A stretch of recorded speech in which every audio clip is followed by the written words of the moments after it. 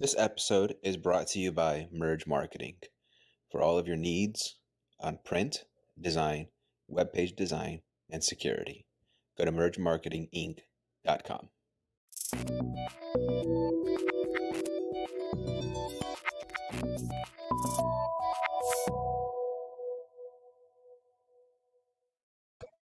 Hello, welcome to Submerge Life. I am your host, Tony, and I'm so glad that you are with us for this episode. I have an amazing guest, but before we get started, just remember, go to submergelife.com. You can find out all of the different things that I am doing and different events that I'm hosting and so forth. All right, so without any further ado, help me welcome my friend, Jackie. Hey, Jackie. Hello, how is How are everyone? you? I'm good. Great, great. It's so good to have you here finally. I know we had talked. How long has it been since the last time we've seen each other? It's been a bit. Yeah. Yeah, I It's think been a bit. and I Yeah, we ran saw into each you other at at Panera. Panera, and then Yeah, that's I where I ran was like, into you at "Hey, I Panera. should have you on the show." And then I was like, "But what would we talk about?" And then you reminded me on a couple of things. I'm like, "Oh, that's perfect. That is so perfect." So, um, as with everybody, I asked two questions. First question is, "How are you submerging in life?" And then, "What's the journey that brought you here?" So let's just start with the first one. How are you submerging into life now, Jackie? Well, life looks a lot different than when you and me used to hang out. I am in full-time ministry. I'm a woman pastor. I'm a campus pastor right here locally in Fresno, California. I'm also a mom of a Mm. toddler. He's almost 3, which has been a journey and adventure all in itself when I'm in my 40s. So I love being married now, but life really does revolve around my family and around ministry. And then, what was your second question? The journey. So, now Oh, we just jump into that journey, and you kind of already opened up the two areas that I do want to talk about, which is being a female pastor, because that hasn't been accepted in the church, and I think it's a lot more accepted, but there's still some things. And then the other part was singlehood, and mhm. I mean, I'm inside that boat right now. It's like, man, am I ever going to get married? And then you just got married at what, 41? And so Mhm. it was. So let's talk about those two journeys, because I think that people can relate to those. Oh, Let's start with the single part. Like, you just got married at 41. mhm. Congratulations. Thank you. How it's been a journey for that. I mean, I remember. It was a long journey. It's so interesting. I grew up in the church. My dad's a pastor, and when you grow up in the church and you see ministry, you tend to not want to go into ministry because you see how difficult it is, and you don't get money. Like, it's a very difficult um, thing to get involved in. Mhm. But I remember growing up, at some point, God was like, "Hey, are you going to serve me? Like, I'm calling you into full time ministry." And at the time, I was going to Fresno State and I had a full ride. I had scholarships lined up for my art. Mhm. I forget that I even was that artistic back then. But yeah, I was, kind of set with where I wanted to go. But I started feeling an uneasiness about Mhm. the choice of just really kind of becoming an artist, going into architecture, and just really praying. And I really felt the Lord brought me to that point where it's like, "Hey, are you going to serve me? This is what I'm calling you to do. Are you going to say yes or no?" And 18 years old, middle of Fresno State, my first year, and I remember breaking down, crying in the parking lot of our church at like 6 in the morning because we were at an all night lock-in, right? That I didn't want to be at Mhm. on New Year's. And that whole night, I remember just God speaking, speaking, speaking. "Jackie, will you give me everything? Would you do everything I ask you to do? Would you step into this calling?" And um, right there in that car, kind of surrendering, saying, "God, I'm yours. I Mhm. surrender. What you want me to do with my life, I will do." And Mhm. within the next few months, really felt directed to. Um, I finished out my year at Fresno State, but Mhm. I enrolled actually in a Bible college It's Mm-hmm. called Life Pacific University now. And kind of went through that whole 4 or 5 years, went to Life, got credentialed, really kind of jumped into ministry. I had tons of great opportunities. Um, and then in the middle of that, God calls me home to Fresno. And I didn't Mm-hmm. want to come to Fresno. I've never felt like, oh, I can't wait to be in Fresno. And I think I struggled growing up in Fresno, Mm-hmm. coming from LA, and then having to come back and feeling God call me back to Fresno. But I learned really early on to always say yes. Like anything that God puts before me, even if I don't feel like I'm qualified to do it, the question is, are you willing to do it? And so in those Yeah. moments, I have always said yes. That's probably one of the things I love telling young people is just be willing to say yes to whatever God opportunity comes before you. You won't Yeah, go and wrong if you say he's gonna yes. put you into some really interesting things because I have had the same perspective where I always said yes. I mean, I don't know if you remember, I'm sure you did. I mean, I did choreographed dancing, right? Yes, I And did. this like human videos thing. And I'm like, I don't dance, let alone a choreographed dancing, freestyle. I don't know how to do any of that, but I just did it. And then when I think through that time, like higher calling was a huge thing. That ministry team, I call myself one of the shyest actors that I know because I do have that fear of people and watching. I want to stay off in the backdrop, but then I jump in, and then how I met you, which was the after school program. I mean, Mhm. Hubert just threw me in to lead my own site, and I'm like, I don't know what the heck I'm doing. I'm the least talented. I have the least experience, and here I am. But all those things are just God saying, yeah, do it. And I just said yes, yes. Life groups and different opportunities, youth Mhm. groups, and I'm like, oh my gosh. But the whole dancing thing, I was like, oh my, I hope there's no videos out anywhere because Oh, there I probably don't know about that. I think I found one, but fortunately, it's on a mini DV tape, and I don't have a capability of playing that. Thank goodness. Oh my goodness. Yeah. Yeah. So, but yeah, so I got in the habit of saying yes to anything God had placed before me. And I think, it's interesting because being that young, I knew God called me to full-time ministry. And it started with being a youth pastor. Hmm. I was a youth pastor involved in youth ministry 14 years, but 9 years in Fresno. I came back to my dad's church, which is even harder to do when you're in ministry, to come back to a family and that church that saw you grow up and suddenly now you're leading. Um, it was there was a lot of tension because especially that church where I grew up, very Spanish oriented. So there's that whole machismo thing. Men think that women shouldn't be in leadership. Hmm. Um, and I've had to be that pastor, that young leader in a room that was a woman in a room full of men, and Yeah. kind of And then the learned navigating that. expectation, and then I kind of sort of that expectation, I think, even inside your thing, inside your situation, because your family lived on top of the church. Like, Literally. Mhm. and it's Yeah, it like, was okay, crazy. well, your dad's the pastor, you guys are doing this, so you expect the kids to jump in and start serving, but to what degree? And then being a female and it not being accepted to, female pastors, like, well, where's that line? How do and then just keep going and going and doing that. Mhm. And I was fortunate, I think, because we were part of the Foursquare Church. Mm. Foursquare, the denomination, was started by a woman.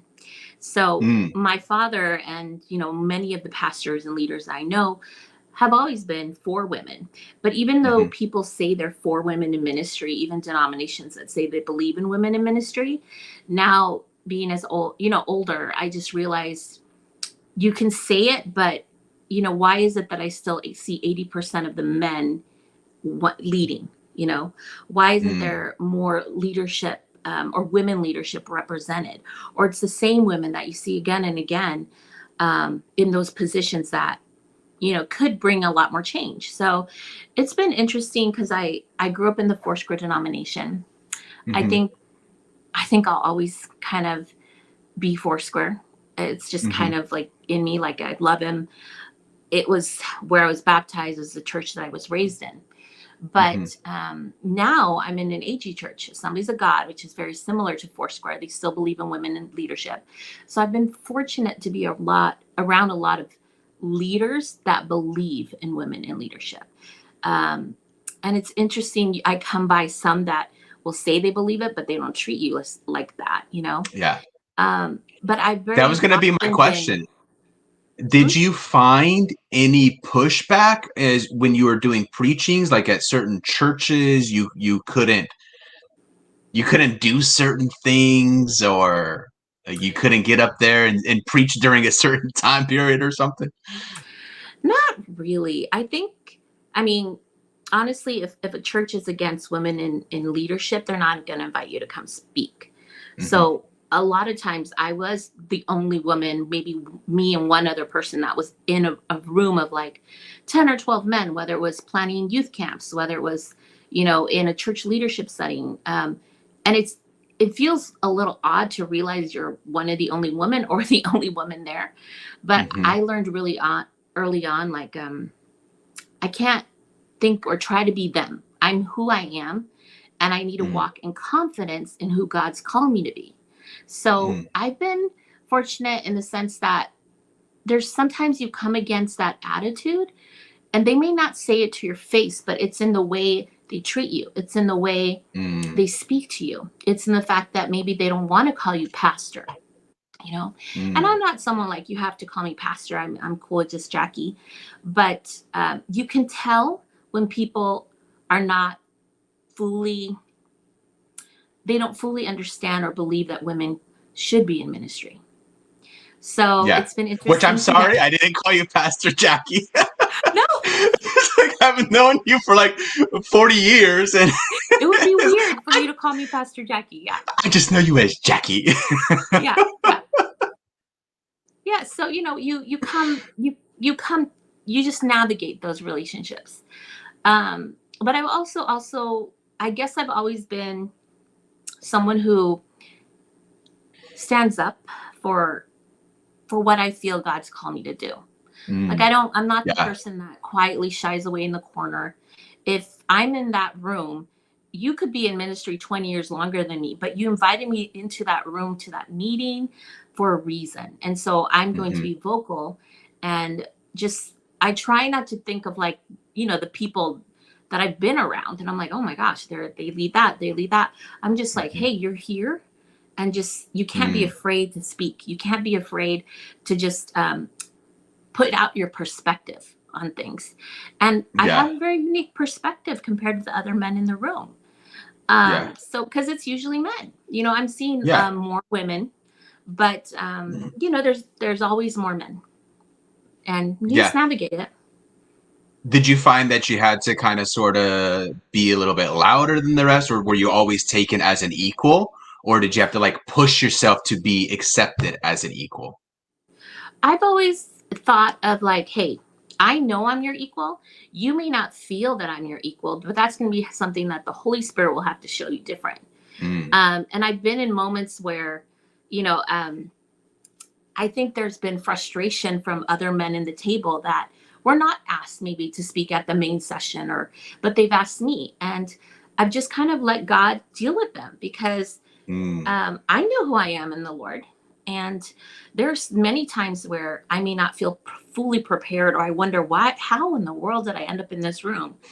Um, but it's in those moments that I'm just really grateful, and I kind of just always say, Lord, would you take over? Like, there's nothing really that valuable that I could preach or say. It's really only comes from the anointing of the Lord. And so one of the things I love to do is I love to preach, I love to teach. I love building the sermons. Um, but it's interesting because I know I have that gifting, that talent, but I've had to let other people wait to see that sometimes in me, to give me that opportunity to be on the pulpit, to create the sermons. hmm. And so it's been a journey. There are some people Yeah. that it's taken maybe longer for them to see it, But like I Yeah. said, I've never really been the shy one in the corner. Um, I'm grateful for Yeah. every opportunity I've had. But, ministry brought me back to Fresno and eventually took me to different areas. I went to Jersey City at one time to plant a church. Hmm. We planted a church in the worst part of Jersey City. It was me and this other girl that was younger than me. She was substantially younger than me, maybe 10 years younger than me, white girl. And she plants a church in the worst part of Jersey City. Like, there was nobody in that community that was white but me and Heather. Like, it was weird. And I mean, I'm Spanish, but I'm light. Like, I'm light complected. So, I remember going because I really had felt the Lord said New York, New York, and I was like, I don't never wanted to go to New York. Why would I go to New York? And you're not sure why God puts certain things in your heart, but I prayed about it, Yeah. got connected to this girl. They fly me out, and in that first night, I remember it's 3 a.m. I could barely sleep. I could smell weed through the window. And I'm sitting there having a conversation with the Lord saying, "Are you serious? You want me to move here?" Like, I was upset. I was like, "Why would you send me here? It's just me and my little dog." And, I was still single. I was in my 30s and I was just like, I don't want to do this. Like, this is scary. It was scary to me. And to the other side of the country, don't know a single soul. And I felt such a surety that he was like, yeah, this is the time. This is where I'm moving Hmm. you. And I didn't get another answer like, why are you doing this? Why is this happening? And I would say it was probably the start of one of the hardest years of my life. Moving to Jersey, went through almost a year of not having a job in one of the most expensive cities. Mm. And it was exciting. It was scary. I remember in the midst of that, the Lord said, "You have forgotten what it is to trust in me, Jackie. I'm going to remind you." That's scary when the Lord tells you these things because it's not going to be an easy journey. And I remember thinking, I have all these bills. How do I cover rent? All these things? And God answered each one. And I would literally present my bills. Like, I have rent due tomorrow, God. I had got a roommate, and that was all God. Like, my roommate from here in Fresno moved all the way to New York and took a job in downtown, in New York at the Maximar over there at Fifth Avenue. And Hmm. so I'm like, okay, half the rent is covered. But I still had no money. And I literally Hmm. moved over there with like $100 in my checking account. And I remember him just saying, just put it all before me. So I did. I put it before him. And I remember one night my roommate came home, came up the stairs. Hey, this FedEx was at the door. And rent is due the next morning. And I said, what? I open it and it's a check from a friend, an old friend. Hadn't seen him in a long time. And he said, hey, I felt like the Lord told me to send you this. Don't make a big deal about this, right? And he signed his name. And it was $1,000. $1,000. Just Mm. there's rent, there's groceries, is what I needed at the time. So I feel like has done so many miracles like that in my life. And at the end of those, I think I was only there about 3 years. Because by the third year, I was like, I love this place. I don't want to leave New York. Like, you finally get through the hard part. And it was towards that time that God was like, okay, now we're taking you back. And I was like, no, Now it's no, I time know. to go. I know once everything's going smoothly and, it was going well, just having to be pulled away from that.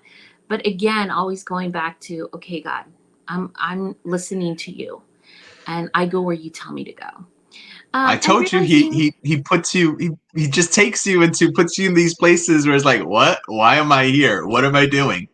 And then mhm. and then you get comfortable. It's like, okay, time to go to the next spot, the next adventure.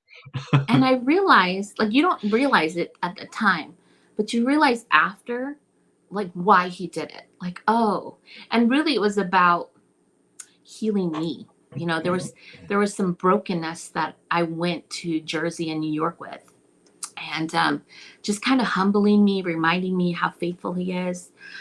Struggling with still being single. You Yeah. feel like I really thought I'd be married by 23, 24. I'd have a bunch of kids, and I was going to marry a pastor because I'm a pastor. Why wouldn't I marry a pastor? Right. Especially in the And church, right? I mean, we mhm, get that, like, okay, you're gonna go be a Christian and you're gonna get married, and I think yeah. that's one of the things that, well, yes, that's one of the reasons on why I started YoPro. For those that don't know, it's a young professional group, because the church, there was this expectation that once you hit a certain age, you're gonna be married and start the family, but Mhm, more and more that wasn't happening, and so that age group or that demographic was just being left off to the side, and they're like, well, yeah. what do I do? But Mhm. yeah, all right, sorry, there was a little And I think, segue, no, but no, that's good. It's so true. And I think more churches need to do that, because a lot of more people, we're not getting married. Most people aren't getting married in their early 20s anymore. They're getting married more 30s, even 40s.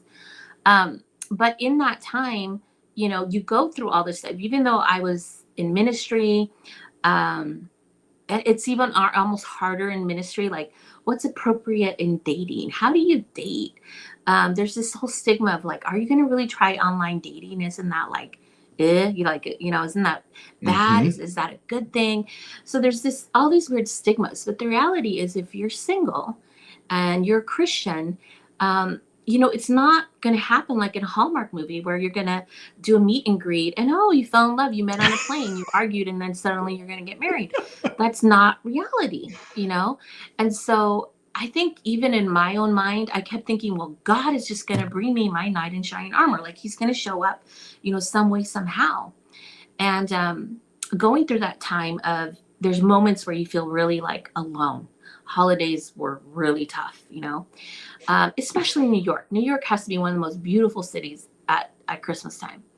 And just walking the streets alone, and just kind of wishing you had that person. But in the middle of that, I think I finally got to a point where I felt like God said, don't you trust me? I was like, yeah, I trust you, Lord. And so I think every young person needs to get to the point where they finally get comfortable with where they're at. You have to find real contentment with where you're at in life, whether mm. you have someone to have a romantic relationship with or not. And so I kind I of don't know trusted and why. knew. Honestly, I don't know why I keep doing this podcast, because I keep hearing things that I need to hear, and I'm like, why am I doing this again? I don't want to hear this, like, because I'm in that position. People don't know, like, there's no ring on it. And it's like, well, I have the loneliness, definitely connection right there. And when you describe that part, it's like, okay, well, that's me today. But like, when is it gonna happen? And I have to be content. You're right. Like, we have to be content. Those that aren't in a relationship.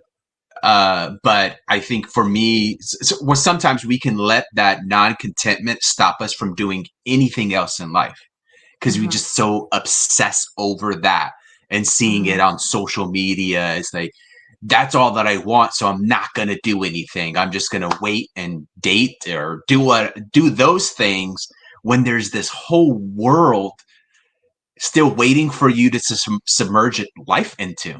Yes. So yeah. Hmm. Anyway. Yeah. So I think everyone has to get to that place where you're just content. You're content being single and knowing and trusting that I truly believe if in your heart you have a desire to get married, then God has someone for you. You know, I think, hey, for that person that cannot, and it, just feels like, hey, I'm good being single. Well, more power to you. But I think most people want a partner. Me being in ministry going, when is this going to happen? Um, I got to a place where I was just content and I did enjoy, like, I'm like, why are you waiting to live your life with someone? Like, just enjoy your life where it is right now. And so really connecting with friendships. And I've always been more of an introvert, surprisingly. Some people say, really? And I'm like, yeah. Um, Yeah, I'm that's me just, too. I like being alone. I love going to the beach alone. I loved reading and, doing spa trips on my own, by myself, Oh, I'm not that much of an introvert. Oh, heck no. Going I'll to go the eat beach at alone, no. restaurants. Yeah, I would go eat to restaurants alone. I would watch movies alone. Like, I was, yeah, I'm pretty. pretty happy with my life, and I got to do what I wanted with my money and my time. Um, but in the middle of that, I remember I had moved back from New York. I was here. I started serving. When I moved back, my brother was the pastor at the time of the church my dad started, and Mhm. that alone, it was like God. My brother and me are both leaders, and so it was like constantly. And I felt like the Lord said, "But he's the pastor, so you must submit." And so learning to do that with a sibling is very hard. But I did it. And during that time, I got my master's. I got my master's in strategic leadership online. And then as soon as I was done with that, I felt like God said, "You're going to move." And I've always kind of had a sense of when God was going to move me. I just start feeling uneasy and I pray about it. Mhm. And I had no idea where or why. And a supervisor from one of the districts of Foursquare in the Seattle or in the Portland area reached out to me, offered me a job out of the blue, um, flew me out there, and I took it. I really felt like God said, "This is the next step." And so I got to get on the other side of the district of churches, which is, I kind of already had been there because my dad at one time was a supervisor. But being on the other end, working with our normal English churches, Spanish churches, creating events and conferences, kind of helping my boss, who's the supervisor, is a different kind of, you know, talent set that they were dipping into, but I realized I was pretty good at it, you know. Everything that I'd gone through kind of helped me understand our Spanish churches and our English churches. So I really enjoyed that job. I Mhm. loved Portland. When I moved to Portland, I was like, I'm never leaving Portland. I'm never leaving this area. I want to live in Oregon my whole life. It was so beautiful. And of course, things change, but it was in Portland. Um, Yeah. Still single, going, okay, I'm loving my life. I'm in Portland. And I had a friend say, "Hey, why don't you try online dating?" And I was like, Mhm. "Well, that Christians don't do that. That's like this weird, to do online dating." It's only weird because it wasn't something, I don't think it's anything that someone naturally feels comfortable in. It's weird. You're meeting Right. someone online. You're not sure if you can trust them. You have all these questions. Are they a mass murderer? Are they going to lie to me? Are they going to stand me up? Are their pictures real? So it was interesting, but I did try it. I started trying it, but I realized in the midst of that, like anytime I swiped, first I was having issues just with my willingness to swipe right, like to say yes. I was really struggling. And then when they would reply that they liked me back, I wanted to throw up. Like I was like, whoa, like what do I say? I would get so nervous. And so I was like, oh, this is not normal. This should not, Mm. this is not a normal thing. And so I started praying about it, kind of really figuring out why. What is this like fear that I have of letting any guy like me, or one, even swiping that I thought a person was a little interesting to me. Mhm. And so I had to work through that. And I ended up kind of getting to the point where I realized I had believed the lie of the enemy, that there was something about the way I looked, the way my body looked, that men wouldn't like me, Mm. that men were intimidated by my leadership. And I had to kind of like throw that out of the window and give myself Mm. like a new soundtrack. I don't know if you know who John Acuff is. He I wrote do a book not. he wrote a book called Soundtracks, which I haven't listened to yet, but I heard him speak recently and I need to go listen to it. But that's exactly the wording. Like we have a soundtrack that we've adopted. And at that point, I realized, wait, I need to replace that soundtrack. I need to replace it understanding what I'm bringing to a relationship, and really be confident in what I'm bringing. I knew I was a catch, but I wasn't portraying that in how I was acting with other Mm. people. And so I remember kind of swiping. Primus, who's my husband right now, I met him online. And I remember looking at his picture for a while and I'm like, I don't know, I don't know.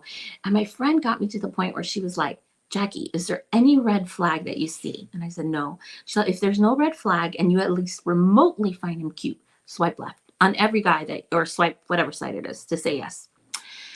So I did. And Primus and me ended up starting, talking a little bit here and there. He was the first guy I actually was willing to meet in person. And I remember the day we went to meet, he had said, "Hey, let's meet at California Pizza Kitchen." We met after church on a Sunday. It was a safe date. Watched the In Mercy public. Me, watched the Mercy Me movie, and I remember thinking, this guy's not even talking to me. Like, he looks like he's so nervous. So I didn't think he liked me at all. And he immediately asked me out for another date, which we went out a couple days later, only 2 days. And then he asked me out again, like 3 times in 1 week. And I was like, I feel this is going too fast. To which he said, "Okay, bye." Just like, "All right, bye. It was nice to meet you." And I was like, dang, that just felt very like cutthroat. But this was like when I first started doing online dating. A month goes by. He's Hawaiian, and the volcano on his island erupted. And I'd reached out, and one thing led to another. We reconnected, and the rest is history. We dated about 6 months. He Uh-huh. proposed at Christmas, and then we had 6 more months, and we got married in June. Yeah, so it was Holy kind of smokes. really fast. But I When he think kind of said like, okay, and then like vanished, what was going, were you like, this is why I didn't want to do it? I was kind of surprised. I almost felt like, why didn't he fight harder? Or, like, dang, that was very like cutthroat. But then in the middle of all this, like, I'm trying to better who I am as a person. And I think what I realized the most when I was online dating, is to realize you're not marrying the person, you're just talking to them. You're just getting to know them. Now, in my case, I Mm, ended up marrying him. But, yeah, yeah. you know, I think sometimes in Christian circles, we put too much stress or like too much yeah, it's too much of a what's it called? Expectation. The Expectation. Mhm. Yes. When really, like, we need to stop telling our young people, one, tell them, "Oh, when are you getting married? When are you getting married?" Stop asking them that. Let them be. Yeah, that's Figure out why a better question. I didn't like the whole dating within your circle or even just telling people anything because then they jump the gun to when are you getting married? What's the date? And it's like, no, we're just talking. Like, no, Yeah, too much chill. expectation. Hmm. And so I would say, being a young person at that time, which I would get that, oh my God, all the Spanish women at my church, when I'd go home to visit, they would, "Oh, when are you getting married? When are you having a baby?" The most annoying question to any single Spanish girl. It is so annoying. Um, but anyway, I'm getting off topic. In this whole thing, I remember picking up a book, which is a great book, I think, for single people. It's by Henry Cloud, and it's called How to Get a Date Worth Keeping. And I remember reading this book, and it just was just common sense. Like, if you really want to get out there, if you want a relationship, then you need to get out there. You need to make the Mm. effort to connect with people and meet people. It's not going to happen if you're stuck in your house every Friday and Saturday night and you're never out doing anything. And I just thought, well, I was expecting the Lord just to bring him to my door. Like, Okay, I we're don't gonna know what stop. I was. We're not doing this podcast anymore. We're done. Thank you for coming on. God bless you. Hallelujah. This will never be posted. Yeah, it was kind of a slap. That book was just like, oh, that's exactly what I do. And so I thought, in my single life, being in my 20s and 30s, that I was very open to men. And why doesn't anyone come talk to me? And I think it's so funny because I would be at coffee shops many times, me in a coffee shop, or like that was my office. And, you know, the book talks about, okay, you could sit there with your coffee. Men may look at you, but are you in a place where men would feel comfortable to come up and say hi to you? And it Mm. kind of goes through things that, if you have a book in front of you, you have a computer, that man's not going to come talk to you. If they look over to you and you just give them a look, but Hmm. you don't smile, they're not going to come talk to you. You're literally putting up walls just with things that you're doing at the coffee shop, even though you're alone. Yeah, you're like And this, with the but behind your hand. Like, come on, here we go. Stop, but come, but you can't even see the come. mhm. And I remember Uh, being single any, because I always thought I'm going to end up marrying a pastor. I'm in ministry. Of course, it would make sense. And we're going to pastor a church together and it's going to be giant and amazing. This is Mm-hmm. what I'm thinking. And I remember at one point when I met my husband, and I met him and I fell in love with him. I remember the Lord said, I haven't called Primus to be the pastor. I've called you to be a pastor. Mm. And I was like, kind of blown away, kind of like, oh crap. Like, I'm the pastor. I'm the pastor. And guess what? I'm going to send you a man that is going to be supportive and loving and will be that person for you. But you're the pastor. And I kind of had a revelation that, oh, no, I'm not going to be in ministry where my husband's also the pastor. I'm the pastor. It's almost like a reverse of where you see many men that are pastors and their wives maybe are the pastor's wives, or they're just, they're knowing. Some of them are in ministry, some don't. But it's so interesting now where I'm at now that I feel there's so many things for pastors' wives. But what about for a woman that's simply a pastor? You know, Mm. there isn't much out there for us, and kind of, just being in that whole lane and figuring out how to do it And you well. never had an example to see what it looked like in the reverse. You've Mhm. always seen the male pastor and the wife, and the wife would go and do all the the female, I mean the woman's ministry, and Mhm. do the lunches, and that was it. But do you see more? Are you more aware of it when you do, like, do you see that happening more, where it is the woman pastor and then the husband is there being the I think supportive? it's I think, one, you have to have a calling to be in ministry, but it's interesting. A lot of times you'll have, like, the church I'm in right now, pastor, our lead pastor, he's in full-time ministry. His wife serves occasionally on the tech team. She's a full-time teacher. Like, she's a kindergarten teacher. Mm. And so you see couples like that. You see those dynamo couples, and I'm not dynamo, but you see them both called to ministry. They're both serving in pastoral levels in the church, which is not usually the case. Usually it's like, there's the main pastor, which is usually man, and then their wife and their family. And so, kind of being on the other end of that, like, oh, I'm the pastor, and having to realize the importance of managing my time with my family well and being a mom well, making sure I'm not coming home with all the ministry stuff and burdens because I don't want to bring that to them.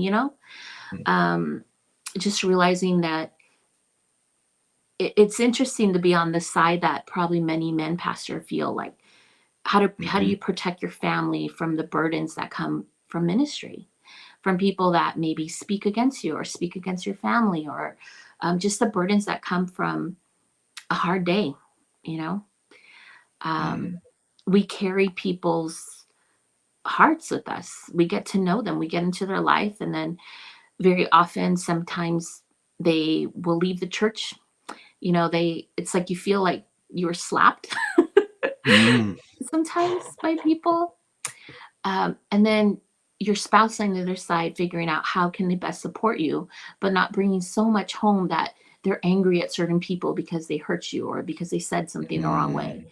You know, so it's been interesting. We always use the phrase, "Don't have a pastor's conversation with the sheep," or a shepherd's conversation with the sheep.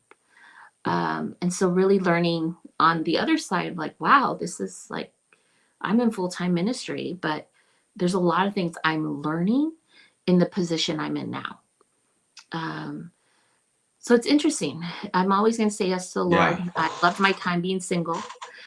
Um, I would highly recommend that book, because if you Good. really want to meet Good. someone, you got to put yourself out there. You need to be willing to do the online dating thing, even though sometimes I would be like, oh, I don't even want to go through pictures right now. But the more Yeah. you do it, the more comfortable you get, the more you can see red flags. But really, you're just meeting people. You're just meeting people. Say hi to them. Um, for guys, it's probably more expensive because, yeah, the girl's going to expect you to pay. We go All right. wrong Well, if we can't. we are running out of time. Oh my gosh. I think we could go on this for hours. I say that for every interview, but it's true. Like I've had some amazing people with some great insight, and you definitely have some great insight when it comes to the singleness and the pastorhood, being a female in ministry. I think Mhm. that's amazing. Is there anything that you want to add before I get into my final question? Is there anything that's on your heart that you just want to like put out there that you wanted to share?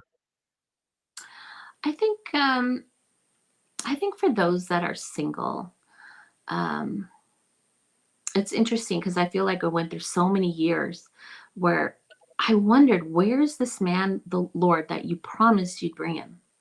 Like, where is he? Why haven't you brought him? Why am I still alone? And I think in those moments, in retrospect, realizing those were probably some of the best years of my life. I could not be where I'm at right now.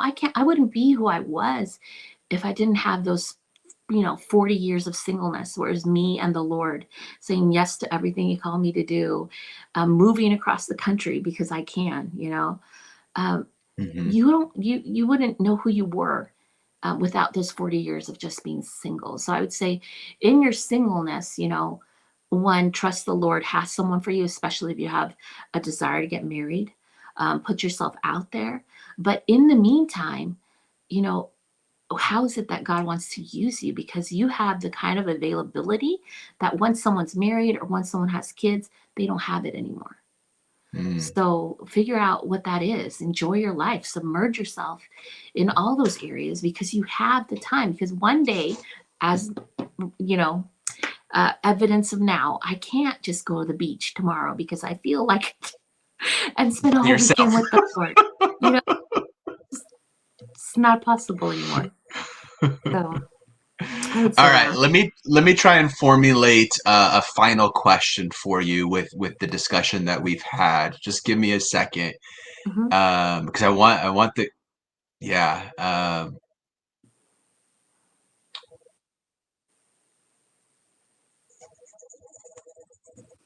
What would you say to the person that hears this, and maybe they're a new Christian and they think that everything's going to be a bed of roses, and then they compare themselves to social media and for what sometimes we gosh, that's a horrible question. It's too long already. What would you say to the person that is comparing themselves to others within the church and in social media, and they're being drawn to both of these different things, what they see in social media and what they're told in the church when it Okay. comes to Now, dating? yes. Let me kind of answer that in a certain way. One, Okay. I feel early on, I'm surprised, but I realized that I early on, like, I had a million friends. Do you know how many weddings I was in? Do you know how many weddings I have gone to, I have planned? And in the midst of all of those, I realized I had a friend who was so broken that she had been to so many weddings and was just upset, and she couldn't go to weddings because she was so, frustrated. And I thought, that's not me. I'm like, how is it possible that I've been in so many weddings, and each wedding I'm truly, truly happy for my friend who got married? And I felt like the Lord said, it's because you found contentment. Like, you're not comparing yourself to others. I'm not comparing myself to Susie Sue or, whoever else I saw on social media. And Hmm. I don't know if it's like something that, there's something that I'm confident in who I was, that even now I go through social media, but I never compare myself to the people on social media. There's a lot of women Hmm. preachers that I admire, that I'm like, wow, how can I become a better preacher? How can I become a better speaker? And really, sometimes it's more like I shy away, like, oh, I can never do that. Oh, I can never do that. And really realizing, hey, I'm ready, God, when you have me ready. If you ask me to do it, I'll do it. But I never want to do something just because I see other people do it. So you can't Mm. compare yourself to what you can never compare yourself to what you see, or the social media, or even what has happened in the people around you. You need to kind of figure out, one, be joyful on where you are right now in your life, And take joy in your friends' lives when they meet their person. When you go to that wedding, you should be joyful for them. Enjoy the free, the free food, the free drinks. Whatever. Like, enjoy yourself. But I Yeah. think once you get into that area where you think, when you compare yourself to another person, that's where the enemy can sneak in and really start making you feel sad. So if you're going to a wedding and you're like in a have pity party because it's not you, then something's wrong. The enemy has gotten into your Hmm. mindset, and you need to rebuke it. You should be taking joy every single time you're invited to a wedding that's not yours, you know? So I think keeping Yeah. a kind of an eye of how are you feeling at that time, will kind of give you a perspective on whether you're following the Lord closely or not. It kind Mm. of gives you that perspective, because the enemy will lie to you. What lies are you allowing into your mind? What lies have you accepted? What lies have become a soundtrack in your mind that you need to get rid of or Yeah. replace? Mhm. That's so funny because I have a collection of garters that I've caught at weddings, like a literal collection. And I already have it to a T. Like, I already know how it's gonna, how far it's gonna go. And it's like, I already know I can catch this because I've been to so many weddings. Gotta stand in front. Well, their shoes too slippery. How's the floor? Where's the wind at? It's so funny. But it is a great reminder, like, still be joyful for that and not be looking at like, oh, look at all the garters that I have or all the bouquets that I've got, and comparing myself to that, and like, when is my time? And it's just like, no, just go live.